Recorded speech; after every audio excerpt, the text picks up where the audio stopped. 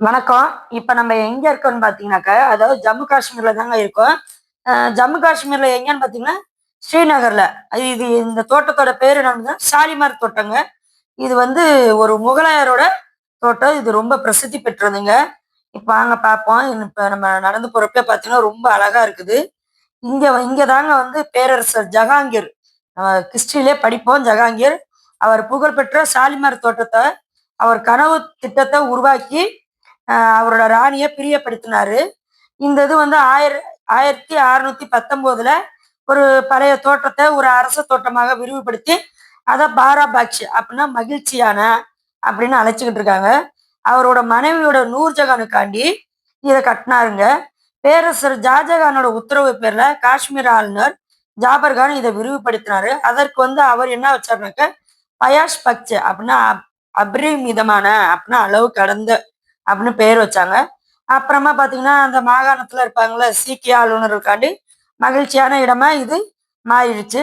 மகாராஜா ரஞ்சித் சிங் வந்து ஆட்சி பண்ணும்போது இங்க இருக்க பளிங்கு அரண்மனை ஐரோப்பிய பார்வையாளருக்கு ஒரு விருந்தினர் மாளிகையாக இருந்தது.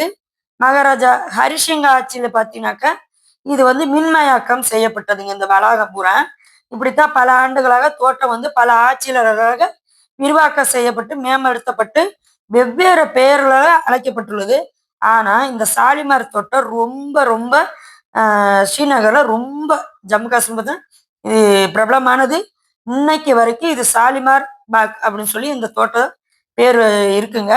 குறிப்பா பாத்தீங்கன்னா பேரரசர் ஜஹாங்கீர் வந்து அவரோட மனைவியோட நூர்ஜஹான் ஆகியோரை காஷ்மீர் மிகவும் இந்த இடம் வந்து கவர்ந்தது. கோடை மாசத்துல வெயில் அடிக்கிற மாசம் பார்த்தீங்கன்னா தில்லியில இருந்து 13 முறை அரச பரிவாரங்களோட ஸ்ரீநகருக்கு சென்றுள்ளார். அது மட்டும் இல்லாம ஷாலிமார் தோட்டம் வந்து அவங்க கோடைகால இல்லமாகவும் அரசவையாக கூட இருந்திருக்குங்க. அதாவது யானை மீது பீர் பஞ்சால் அந்த பின்னாடி இருக்க மலை பேர் இருந்தாங்க. அந்த இதுல கடினமான பல வழிகளை கடந்து பனிலாம் நல்லா பெய்யும். உங்களுக்கே தெரியும்.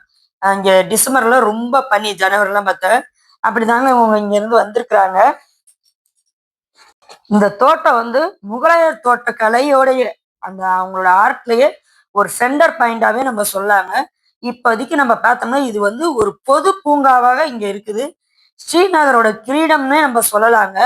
இப்ப நம்ம ஜஹாங்கீர் வாழ்ந்த இடத்துக்கே நம்ம வந்திருக்கோம். அது எவ்வளவு ஒரு பெருமைங்க. நாங்க ஈவினிங் டயத்துல தாங்க போனோம். சும்மா எல்லாருமே பாத்தீங்கன்னா திரும்பி பார்வையில வெளியில போயிட்டாங்க. நாங்க கொஞ்சம் டைம் இருக்கும் போதே அவ்வளவு பனி உங்களுக்கே தெரியும். அவ்வளவு ஒரு ஜில்னஸ்ல நாங்க போய் வந்துட்டோமே பாத்துடலாமே சொல்லிட்டு நாங்க வேக வேகமா போயிட்டு பார்த்தோம். நீங்க பாத்தீங்கன்னா தெரியும் போற வழியில எல்லாமே பாத்தீங்கன்னா நீரூற்று. இதுக்கு பக்கத்திலேயே பாத்தீங்கன்னா தால் லேக் இருக்குங்க. தால் ஏரியோட ஒரு வடகிழக்குல ஒரு கால்வாய் வழியாக தாங்க இது இணைக்கப்பட்டுள்ளது. ஏன்னு பாத்தீங்கன்னா இங்க நம்மளுக்கு வாட்டர் ஃபால்ஸ் மாதிரி வச்சிருப்பாங்க.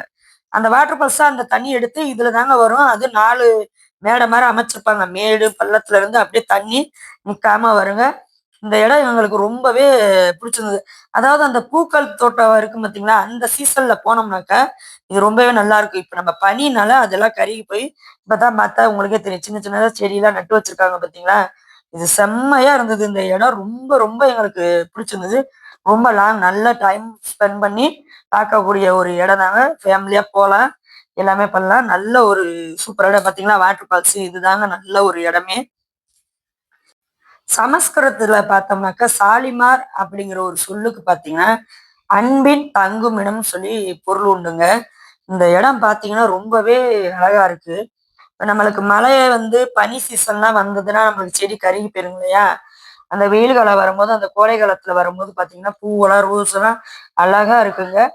இங்க பார்த்தீங்கன்னாக்கா நாங்க எப்ப வந்திருக்கோம்னா டிசம்பர் 26 தாங்க. அதாவது கிறிஸ்மஸ் டயத்துல தான் நாங்க வந்திருக்கோம். அந்த டயத்துல எவ்வளவு பனி பெய்யும் உங்களுக்கே தெரியும். இது நல்ல ஒரு வியூ தாங்க. இந்த மரத்தோட இலை கலர்லாம் பார்த்தீங்கன்னா அவ்வளோ சேஞ்சுங்க. உங்களுக்கே தெரியுது பாருங்க. அந்த இலை கூட ஒரு அழகான ஒரு ஆர்ட் மாதாங்க இருக்கு.